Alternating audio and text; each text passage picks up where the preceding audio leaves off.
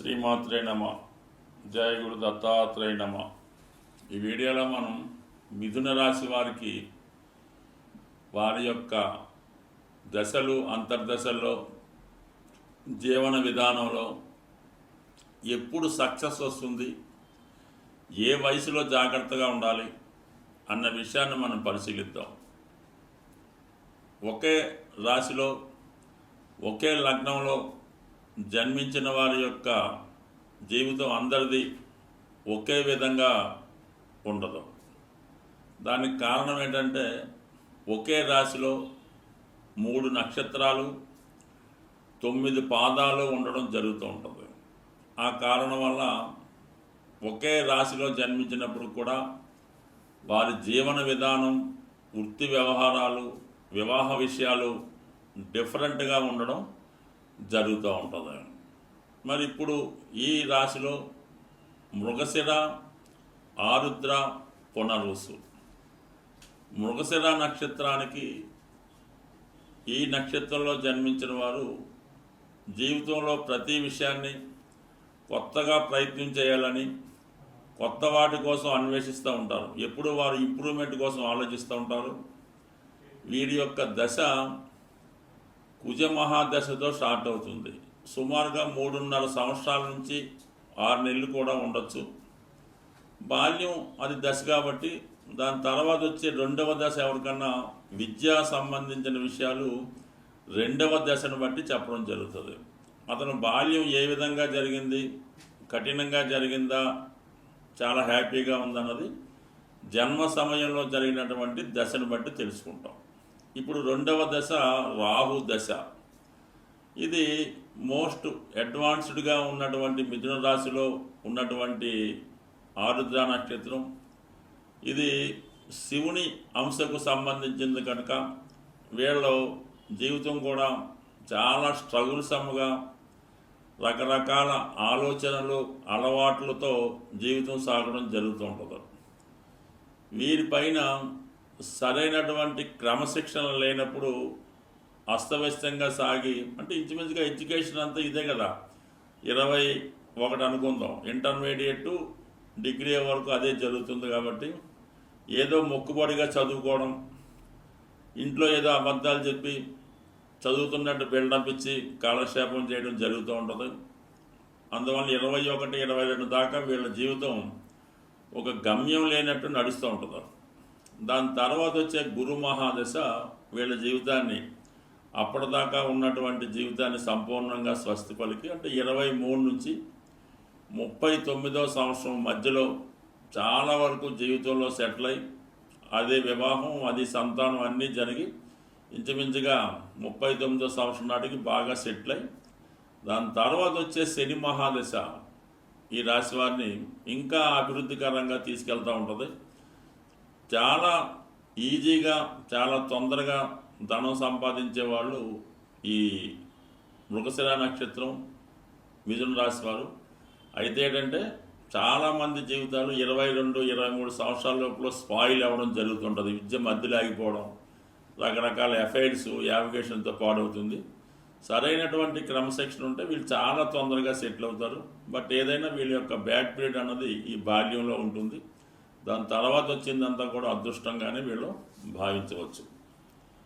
దాని తర్వాత వచ్చినటువంటి దశ మరి మనకి ఆరుద్ర నక్షత్రంలో ఎవరైతే జన్మిస్తారో వారు ఈ ప్రారంభ దశ రాహు దశ ఉంటుంది. వారి జీవితంలో చాలా డిస్ట్రక్షన్స్, చాలా స్ట్రగులు, అనేక ఆటుపోట్లు రావడం జరుగుతుంటుంది.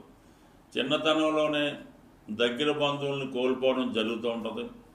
కొంతమందికి తల్లిదండ్రులకు దూరంగా పెరగడం, లేదంటే తల్లిగారికో తండ్రి గారికో అనారోగ్య సమస్యలో, లేదంటే వాళ్ళిద్దరూ విడిపోవడము, ఏ కారణం వల్ల అయితేనే వీరి యొక్క ప్రథమ దశ రాహు దశ అటు వీరికి, ఈ కుటుంబానికి కూడా చాలా స్ట్రగుల్సమ్గా ఉండడం వల్ల బాల్యంలో సరైనటువంటి ఎడ్యుకేషన్ పడకపోవచ్చు. సో ఆ కారణం వల్ల ఏంటంటే ఇంచుమించుగా 18, 19 సంవత్సరాల దాకా వీరి యొక్క గమ్యం చదువు అంత సక్సెస్గా సాగదు. దాని తర్వాత వచ్చినటువంటి గురు మహాదశ అంటే 18 నుంచి 34 సంవత్సరాల లోపలనే వీళ్ళ జీవితం సెటిల్ అవుతుంది. అదే టైంలో వివాహం, సంతానం అన్నీ కూడా జరుగుతాయి. అయితే కొంతమందికి ఈ రాహు మహాదశ పెద్దవారు దృష్టి పెట్టి సరైనటువంటి పరిహారం చేస్తే వీళ్ళు కూడా టెక్నికల్గా ఎవరు సాధించినటువంటి టెక్నాలజీ అంటే ఏరోనాటిక్స్, విమానాలు, వాటి సంబంధించిన వృత్తుల్లో కూడా బాగా సెటిల్ అవ్వచ్చు. బట్ ఏదైనా వీళ్ళకి 18వ సంవత్సరం నుంచి 34 మధ్యలో అఖండంగా ఉంటుంది. మళ్ళీ 34 నుంచి 53 మధ్యలో అనేక రకాల ఇబ్బందులు ఎదుర్కోవడం జరుగుతూ ఉంటుంది. ఇక ముఖ్యంగా పునర్వసు నక్షత్రం, ఇది గురు మహాదశలో వీళ్ళ లైఫ్ స్టార్ట్ అవుతుంది.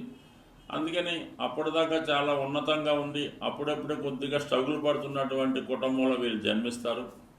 అయితే స్వభావసిద్ధంగా వీళ్ళు తెలివైన వారు అవటం వల్ల పతనం అవుతున్నటువంటి ఆ కుటుంబాన్ని తిరిగి నిలబెట్టే ప్రయత్నం చేస్తూ ఉంటారు. అంటే అప్పటిదాకా పెద్దల ఆస్తి ఉంటుంది, అది కాగా పోతుంది. వీళ్ళు అప్పుడే రావడం వల్ల వీళ్ళు చదువు అది సాగి మరి 16వ సంవత్సరం దాకా వీళ్ళకి గురు మహాదశ ఉంటుంది. కాబట్టి చాలా వరకు బాల్యం కొంతవరకు 10th క్లాస్ వరకు బాగానే సాగుతుంది. దాని తర్వాత వచ్చే శని మహాదశ ఈ 2వ దశ అవ్వటం వల్ల 16 నుంచి 35 లోపల చాలా స్ట్రగుల్ ఫేస్ చేయవలసి ఉంటుంది. అంటే ఈ సమయంలో పెళ్ళి అవుతుంది, ఉద్యోగం వస్తుంది, అన్నీ వస్తాయి, విదేశ ప్రయత్నాలు ఫలిస్తాయి, దూరంగా వెళ్తారు, పేరెంట్స్కి దూరంగా వెళ్తారు.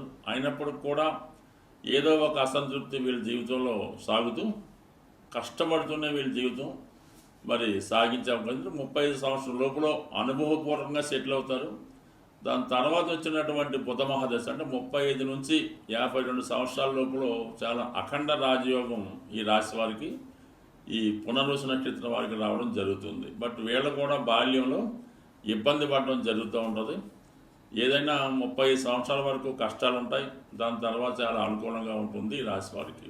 అయితే ఇందులో మనకి ఏంటి పరిహారం అంటే, మృగశిర నక్షత్ర జాతకులు కంపల్సరిగా మారేడు చెట్టు, మరి శివాలయంలో పూజకు ఉపయోగించే మారేడు చెట్టు వీళ్ళు ఇంట్లో పెంచుకోవచ్చు. దీంతో కుండీలో నర్సరీలో కొని పెంచుకోవడం వల్ల చాలా భవిష్యత్తు బాగుంటుంది. అలాగే వీరు జింక, లేడీ అంటారు, జింక అంటారు, అది మంచిది, ఫోటో ఒకటి కట్టించుకొని వాళ్ళు రూమ్లో పెట్టుకోవచ్చు. అంటే ఇప్పుడు జింకలు అనేది పెంచుకోవడం కుదరదు కాబట్టి ఫోటో పెట్టుకుంటే సరిపోతుంది. అలాగే వీళ్ళు మన పశువుల కంటే మేకలకి లేదా జింకలకి ఈ అడవి జంతువుల్లో ఈ వాటికి గడ్డి, ఆకుపచ్చ గడ్డి ఆహారంగా పెట్టడం వల్ల ఆవుకి పచ్చగడ్డి పెడితే బ్రహ్మాండంగా ఉంటుంది. ఇంకా ఆరుద్ర నక్షత్ర జాతకులు శివుని యొక్క ఫోటో పెట్టుకోవాల్సి ఉంటుంది. అలాగే వీళ్ళు ఎక్కడైతే డ్యాన్స్ అది నేర్పుతూ ఉంటారో వాళ్ళకి ఏదైనా హెల్ప్ చేయడం మంచిది. లేదంటే శివతాండవం చేస్తున్నటువంటి, లేదంటే శివపార్వతులు నృత్యం చేస్తున్నటువంటి ఫోటో వీళ్ళు రూమ్లో పెట్టుకోవడం వల్ల చాలా అనుకూలంగా ఉంటుంది. వీళ్ళు కుక్కల్ని పెంచడం వల్ల కానీ, అంటే ఎస్పెషల్లీ నలుపు రంగు డాగు కుక్కని పెంచవచ్చు.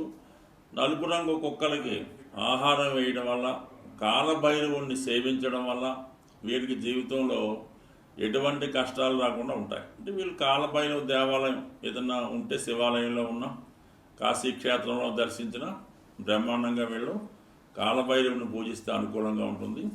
అప్పుడప్పుడు మరి ఏదైనా ఈ చండీ హోమం, రుద్ర హోమం అటువంటి హోమాలు చేసుకోవడం, శివుడికి రుద్రాభిషేకం చేయించుకోవడం వల్ల, అంటే ఈ శివుడిని ఎంత గొప్పగా పూజించుకుంటే అంత టాప్లోకి తీసుకెళ్ళడం జరుగుతుంది.